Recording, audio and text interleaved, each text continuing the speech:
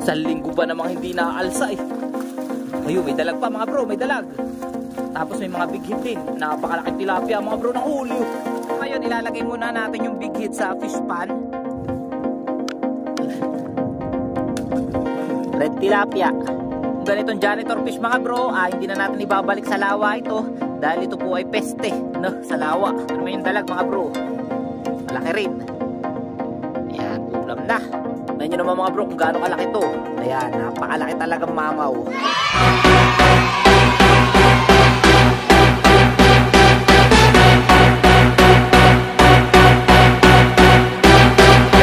Good morning sa inyong lahat mga bro, mapagpalang araw sa ating lahat. So narito tayo ngayon sa ating Skylab mga bro. So yan. So dahil matagal na tayo na hindi nakapag-alsa ng ating Skylab, so for today's video mga bro ay aalsahin natin yung ating Skylab.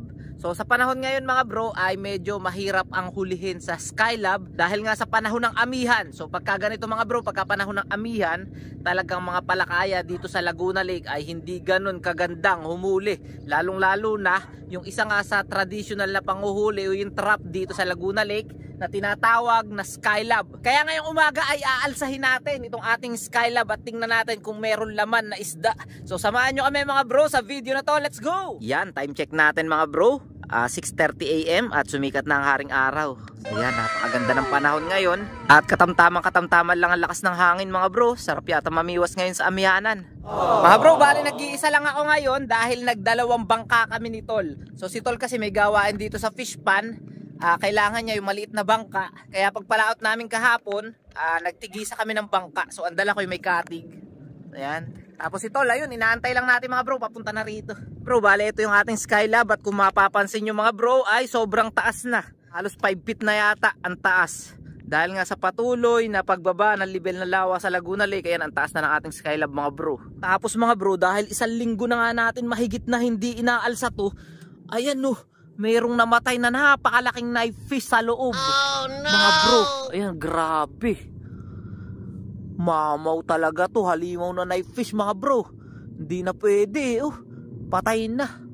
Kung kahapon natin naalsa to mga bro, makukuha pa natin yan siguro mga 7 kilo yan mga bro, sa laki Grabe ang laki.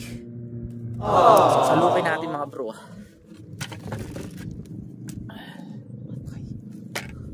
So ibig sabihin namamatay din talaga pagka yung pagka yung sobrang tagal na na hindi natin naalsa. Kasi isang linggo natin mahigit na hindi inalsa to mga bro Ayun na si Tol. Nakita na natin. Siya mga bro, kasama natin si Kagawad. Good morning Kagawad.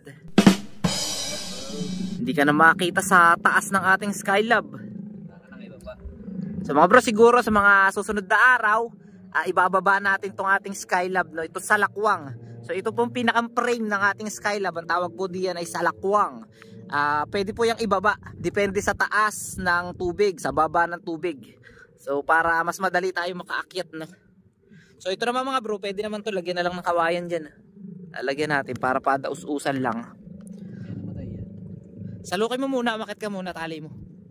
Kunin muna natin mga bro yung malaking patay na knife fish Salukin muna natin para maitapon na rin natin Kasi patay na, hindi na yan pwede mga bro Lutang na. Basta ganyan lumutang na ang isda mga bro, hampok na yan.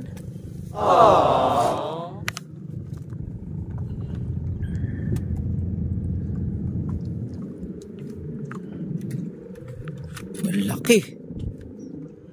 Pagdating ko pa lang, kita ko na Napakalaki yan So mga bro, sasalukin ito. Napakalaki talaga nito. Ayan. Baka nga hindi kasi sa salok natin mga bro Tingin ko hindi kasi sa salok sa laki Napakalaki nga Mak, nakadaplis yung mo. Ayusin mo muna. Ayan.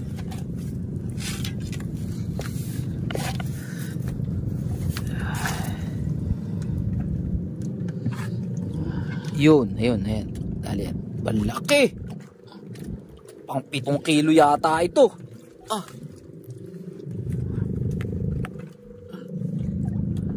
Wala, nakatukod kasi yung nakatukod. Sobrang laki, hindi kasi sa mga bro, sa salok. Hindi, nakatukod lang ay ulo ayun nakatukod na doon sa Ayan, ayan, ayan. Ayan, ayan. Napakalaki mga bro. Grabe, ang laki. Ayan no. Napakalaki mga bro. Pang 7 kilo yan. Sayang. Gandang ipakain sa hito niyan mga bro. So yan mga bro, alsayin lang namin yung ating Skylab. At mamaya i-update namin kayo kung merong huli, kung meron laman yung ating Skylab, no. So sayang talaga, laki knife fish mga bro, namatay lang. Sayang talaga mga bro, napakalaki oh. Tingnan nyo naman yung kamay ko. Pag idinikit to, talagang grabe ang laki.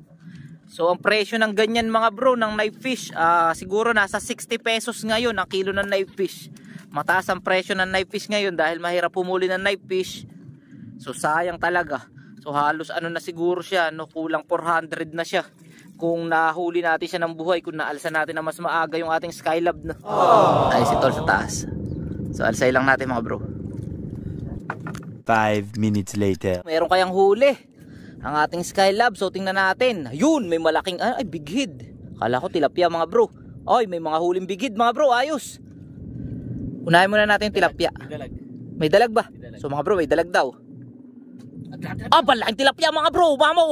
Napakalaking tilapia mga bro. Grabe. Yan talaga mamaw. Ayan oh. Balaki mga bro. Tapos may duhol din. Isang linggo ba namang hindi naaalsa eh. Ayun, may dalag pa mga bro. May dalag.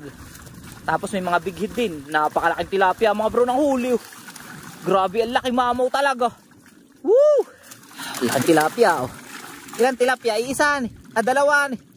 Parehas mamaw mga bro. Ayun ang dalag, tumatalon eh.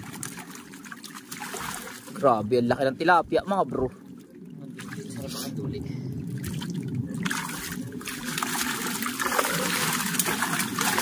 Salok. Unahin mo muna yung malaking tilapia. Yung big head, ilalagay natin mga bro sa fish pan. Yung big head. Isang linggo natin hindi inalsa to mga bro. Isang linggo mahigit. Oh, huwag mo munang ipitin. Baka yung big head ay mamatay. Bigidan. Sige, alisin mo muna. Kunin mo muna yung bigid. Yung tatlo. Ako na magdadala.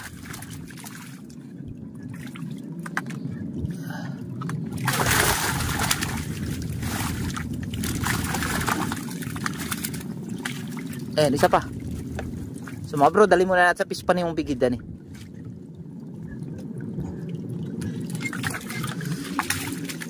Ay, may kanduli yan eh. Ha?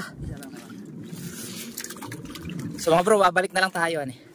So, mga bro, ngayon ilalagay muna natin yung big head sa fish pan. So doon sa area, para doon siya mas mabilis lumaki, no. Kasi medyo maliliit pa mga bro, siguro mga 8 guwitin yan eh. 1 kilo ganyan. Kailangan natin ilagay sa fish pan muna yan. So yung mga tilapia, mga mamaw dito mga bro, ay iiwanan muna natin, tsaka yung dalag. So babalikan na lang natin. Kailangan natin magmadali mga bro eh. Ayun, ayun sa likod.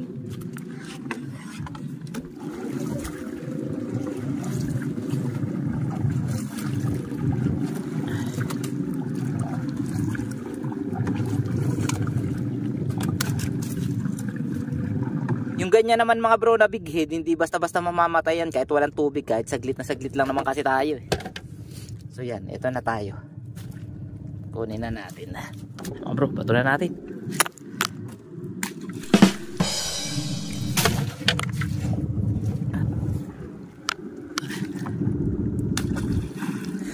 Last.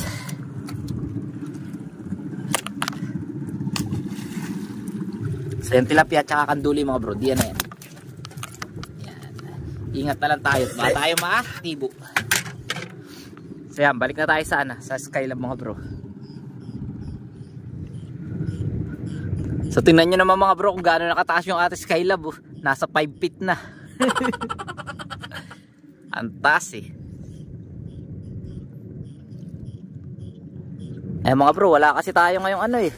Hindi natin dala yung ating GoPro eh, kaya ano eh. Taga-camera muna tayo for today's video. Laki tilapia mga bro.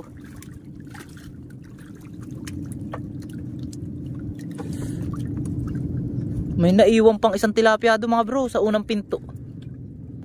Para malaki-laki rin eh. Sa susunod makukuha na natin yan mga bro. Hindi naman makakatakas yan. Pang ano yan mga bro, mga 1.5 siguro yung laking yan tilapia.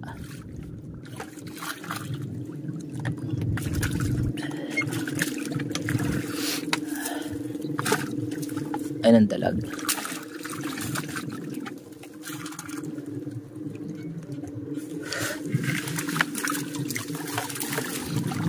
Sige.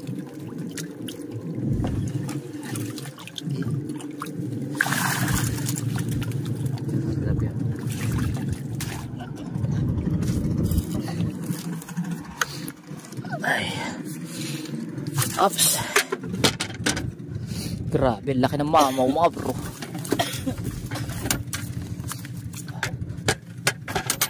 Yung plastic mga bro, kukuhanin natin yan. Tala. Yeah mga bro, bale ito lahat yung huli ng ating Skylab ngayon. So madaming kanduli. So bale 1 linggo natin na hindi naalsa yung mga bro. Ayun nga ang huli, mayroong mga big head mga bro na nilagay natin sa fish pan. Tapos eto, ang daming kanduli. Ayan, may isang tilapiyang malaki dito, kaigihan. Ayan. Tsaka isang mamaw na tilapia. Ayan mga bro, tingnan nyo kung gaano kalaki na. So yung plastic mga bro, ayuyin natin yan, tatapon natin sa basurahan. So tingnan nyo naman mga bro kung gaano kalaki to. Ayan, napakalaki talagang mamaw. Ayan, oh, grabe. Napakalaki no, siguro mga bro, 1.5 kilo to. Sa estimate ko. Ayan, ano yun natin mga bro. Kuna natin ang video.